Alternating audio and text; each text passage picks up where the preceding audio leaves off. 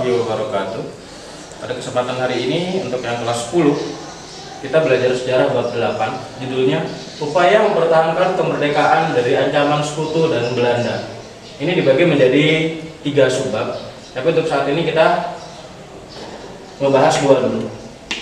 Yang pertama, kondisi awal kemerdekaan. Jadi ketika kita merdeka 17 Agustus 1945, otomatis ada kondisi awal kan.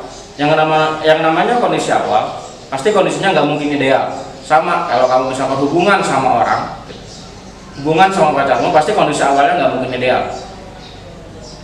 Kondisi awal kemerdekaan yang pertama itu dibagi menjadi 3, kondisi ekonomi, perkembangan militer, dan kebijakan politik. Kondisi ekonomi awal kemerdekaan itu kacau banget karena kita baru merdeka, kita belum punya mata uang, akhirnya terjadi inflasi. Apa itu inflasi? Ya karena kita nggak punya mata uang, otomatis semua barang-barang kita jadi agak murah, harganya murah banget. Sedangkan barang dari luar negeri itu harganya mahal. Yang kedua, blokade ekonomi oleh Belanda.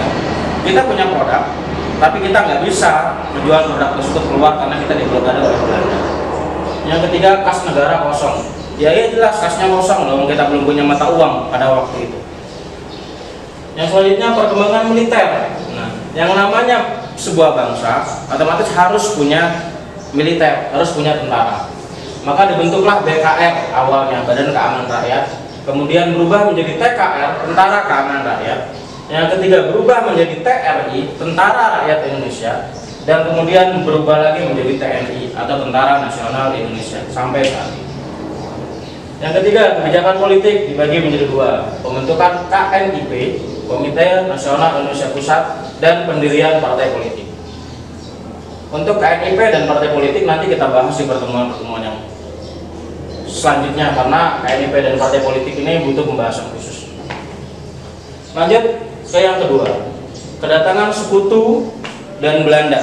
Jadi ketika kita sudah merdeka, Belanda ini tidak mau menyerahkan wilayah Indonesia kepada rakyat Indonesia sendiri. Makanya ada kedatangan, jadi Belanda datang lagi ke kita, datang lagi ke Indonesia untuk apa? Merebut wilayah yang dulu pernah dikuasai. Yang pertama, agresi militer Belanda 1. Itu terjadi pada tanggal 21. Ini terjadi pada tanggal 21 bulan Juli sampai dengan 5 Agustus 1947. Di mana kejadiannya? Di Jakarta. Dia menyerang Jakarta. Terus yang kedua, agresi militer Belanda yang kedua itu terjadi pada tanggal 19 Desember 1948. Di mana kejadiannya? Di Yogyakarta.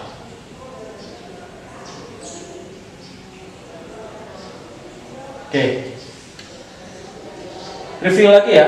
Upaya mempertahankan kemerdekaan dari ancaman sekutu dan Belanda ini dibagi menjadi 2, kondisi awal sama kedatangan sekutu. Kondisi awal kemerdekaan dibagi menjadi 3, ekonomi, perkembangan militer, dan politik. Kedatangan sekutu dan Belanda dibagi menjadi 2, agresi militer Belanda 1 dan agresi militer Belanda kedua. Tanggal-tanggalnya bisa kalian baca sendiri. Ini juga bisa kalian baca sendiri. Untuk tugas pertemuan yang pertama itu mudah. Tugasnya kerjakan buku paket